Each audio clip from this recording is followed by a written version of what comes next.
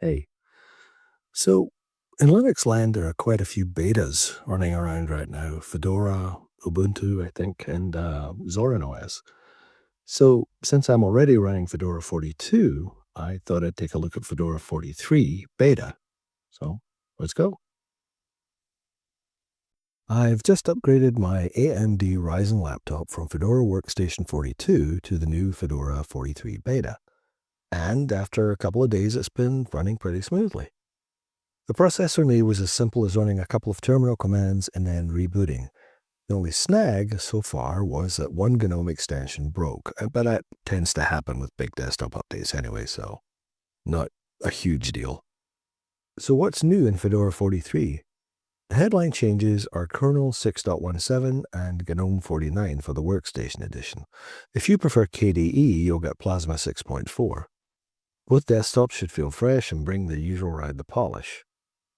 Probably the biggest shift is that Fedora Workstation is now Wayland only. X11 has been dropped. This has been on GNOME's roadmap for a while, and Fedora's pulled the trigger. For most users, including me, Wayland works fine these days, but if you rely on older apps tied to X11, you'll want to double-check before upgrading.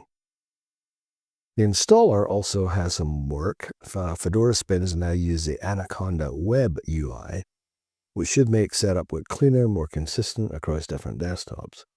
Underneath, it's now running DNF5, which is faster and a step towards retiring the old DNF4. I can confirm DNF5 is faster.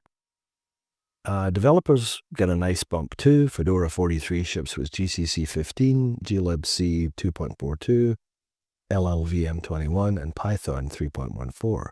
Golang moves to 1.25, and there are even a couple of new languages included, like Hare, I hope I'm pronouncing it right, and Idris too. Other system updates are smaller, but still welcome. There's a new monospace fallback font for cleaner text. ZSTD compression is now used for initrd to help boot performance.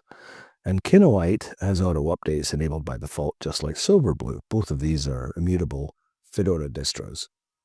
Even emoji support is better thanks to Color V1 and Noto Color Emoji. As always, Fedora is cleaning up some older bits and pieces too, retiring packages like Python-nose and binutils-gold. Nothing most users will miss, but it helps keep things tidy. Fedora 43 is scheduled for final release in late October or early November, and until then, the beta is all about testing and bug reports. As such, it's not meant for production systems, of course, but being some guy on YouTube, I went ahead and did that anyway. For me, it's been stable so far, and the move to Wayland only hasn't caused any issues. I did notice an issue with the update manager, or at least in the GNOME software, where it wasn't importing certificates properly after the upgrade to the beta. So that's something that needs to be fixed. I was able to upgrade using the terminal though, so. I made this video on Fedora 43 beta, so obviously audio and video stuff are working at least. As a beta product, this seems fine. There are some problems, but they seem minor, and hopefully by the time the full version 43 is released, it'll be a solid upgrade. So that's another video in the can. If you found this informative or interesting, please consider liking and subscribing down below. And remember, be excellent to each other.